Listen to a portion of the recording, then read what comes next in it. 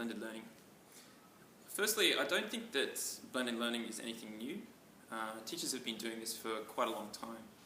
The terminology blended learning is also a little confusing between flipped learning and blended learning. And I think blended learning, though, in our context, is the partnership of the traditional face-to-face classroom teaching and also the multimedia-rich asynchronous and synchronous learning. Basically, the flipped model, so it's basically the stuff that we usually do in class is now the stuff they do at home, the work they do at home. And the work they used to do at home, the homework, is now actually part of the classroom. And there are a lot of benefits to this model. Are they beneficial? Yes.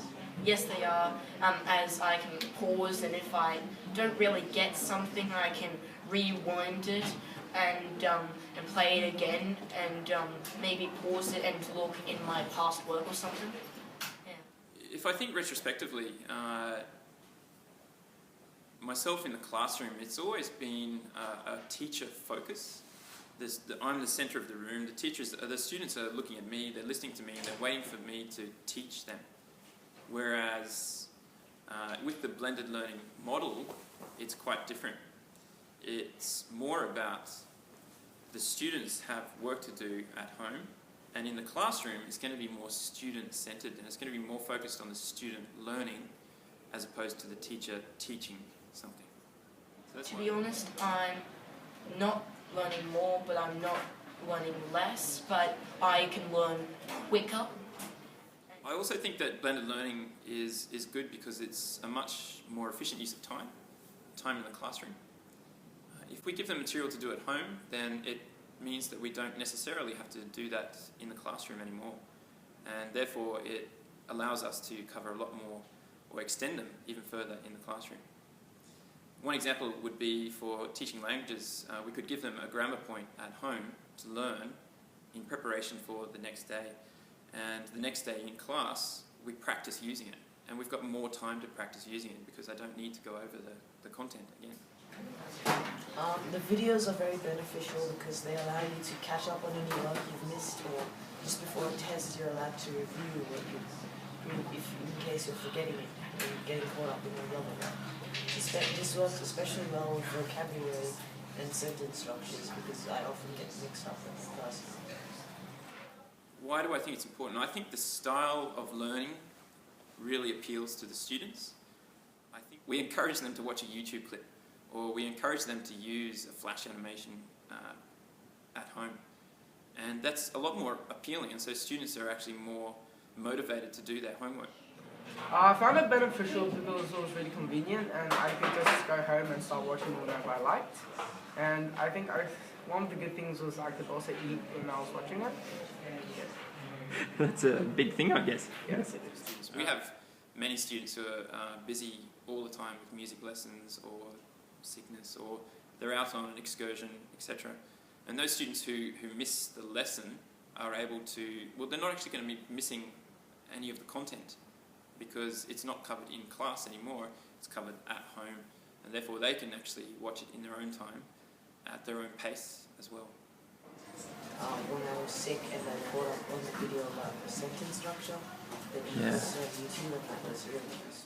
In the traditional model, we teach the content, and there are going to be plenty of people who zone out and don't understand what's happening at that time in the classroom.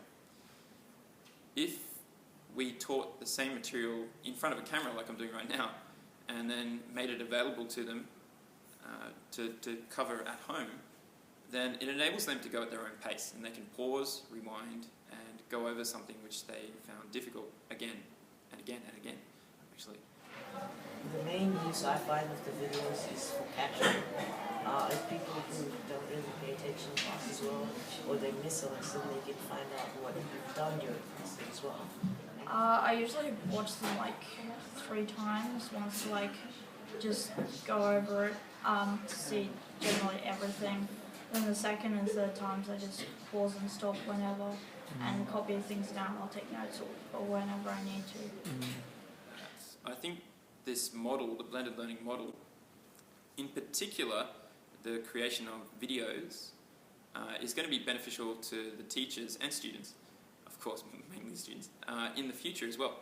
Students who struggled with a concept in the current year can always look back on the material that was actually posted last year and review that, if it's in a public domain, that is. The example would be YouTube, and I'll go back to the language situation again. If, say for example, I created a grammar point in, say, grade 8, students in grade 9 who are still struggling to use that concept, that grammar point, can always go back to the YouTube clip and watch that anytime they want. So I actually had a teacher come up to me from a different level, come up to me and say that that video that you created for your class right now has been really useful to my class, which is a year above. It's easy because it's just on YouTube and it's easy to access, and there are a lot of them, so you can just go over them many, many times, bookmark them, look over them, screenshot some of them, and just make them a wallpaper. I think blended learning, the flipping of the classroom, the blended learning is actually good for teacher self-reflection as well. Then the next time that we look at it, we may spot some things that could have been explained better or weren't explained, etc. And therefore, the teacher will be reflective of their own practice and then want to make something again. And it's all a matter of teachers finding something which is comfortable for them to use.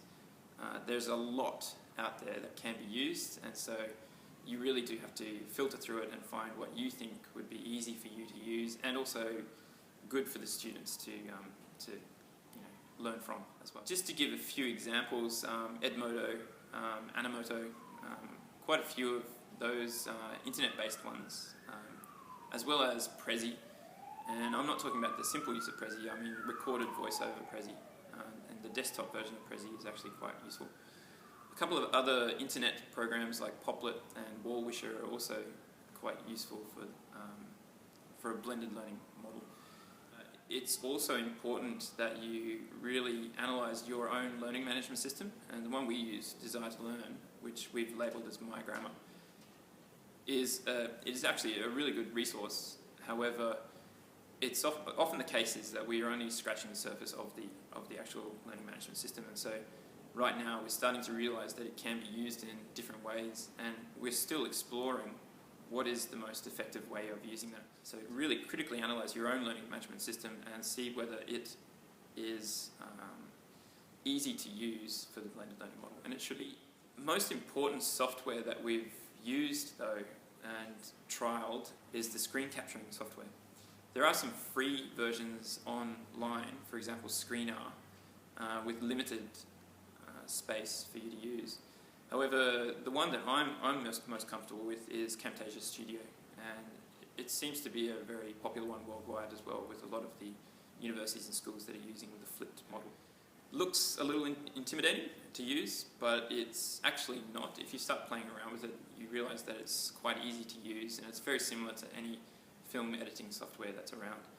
The beauty is that it has a screen capturing aspect, which then links into the film editing. I think that finding the technology to use is only one part of the problem. Using the technology in a productive and blended way is the real challenge. It's one thing to make a video, but what you do in the following lesson or lessons is by far more important and a lot more difficult to consider. How are you going to use the content that you've just made and given to them and ask them to do for homework? Are you going to review what was in the video, which can be a little bit of a waste of time, but it's completely up to you and the purpose that you have for the video, of course. Or are you going to set them a problem where they apply the knowledge that they've just got last night, or will you give them an extension of what you've done in the video, something which is different, a new context, or some kind of application of that content? If you don't watch the videos, you don't know what the next day might be bringing, and if you do watch the videos, it might help you in the next couple of weeks, because you might see something in the video that'll help you. So the first thing that I consider when I'm making a video in this model is, well, where am I going to put it? How are the students going to get access to it? For me, there are two choices right now. One is with the software which is hosted by Camtasia Studio, and that's called Screencast. And that's fine, but I'm going to use that for specific material where I actually probably address the class, or I address the school, etc. Or, and you can really isolate that. You give it to the students that you want to use it, and them only. Or you could make it very public and go down the YouTube pathway. And that way the world can use it. You can make it private, of course, but the world could use it. But if you go down that pathway, you have to consider a lot of things. You have to really discuss what you're doing with your school and see whether it is okay to use the school's name or use the specific class name, etc. So you've really got to consider a few things there. The students respond a lot better to your voice, as much as you don't want to hear it. They respond much better to hearing your voice as opposed to something which has already been made and is on the internet. They will be more engaged to your voice because that is the voice that they hear in the classroom, and they trust you, I guess. So I think that if you make something, don't be shy about you speaking over the top of it, etc. The other important point is to be natural. Don't make it too scripted, or else you won't engage the students. Be natural, include all the errors, make some jokes if you want to, but be natural and be concise and to the point. Don't make the videos too long, or else they'll zone out, just as they would in a classroom. Make them short. Include maybe some questions at the end, like quiz questions, or something to consider with the video.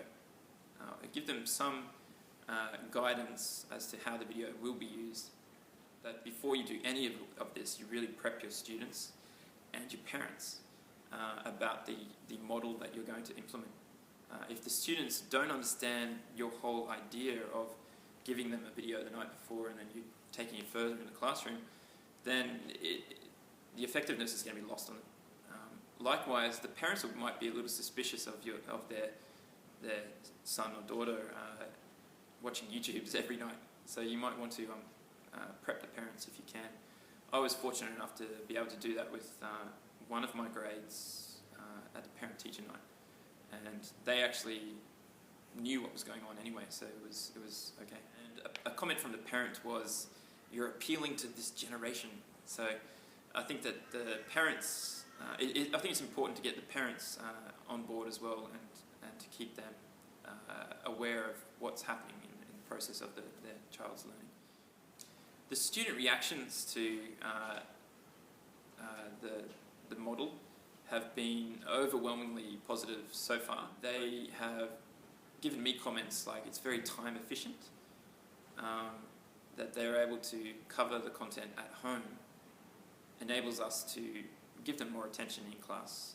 Because they can watch the video in their own time and at their own pace without the distraction of a lot of students which you normally get in class, the ones that are looking for a little bit of attention. That definitely is a lot more appealing to the students, and they feel as though they're able to soak in a lot more of the material in that way. A last point I'd just like to make is that blended learning isn't all about videos though. The idea of blended learning has been around for a long time, it just hasn't had a label. And basically giving the students work to do at home, it doesn't have to be a video, it could be a piece of paper, it could be a picture, it could be anything. It's the blending is taking it further the next day and using the time in class more efficiently in that manner. There's a fantastic book actually written by Aaron Sams and Jonathan Bergman. It's actually called Flip Your Classroom. I highly recommend it. You read this book. It's simple and it explains the whole concept of flipping the classroom very succinctly. And some of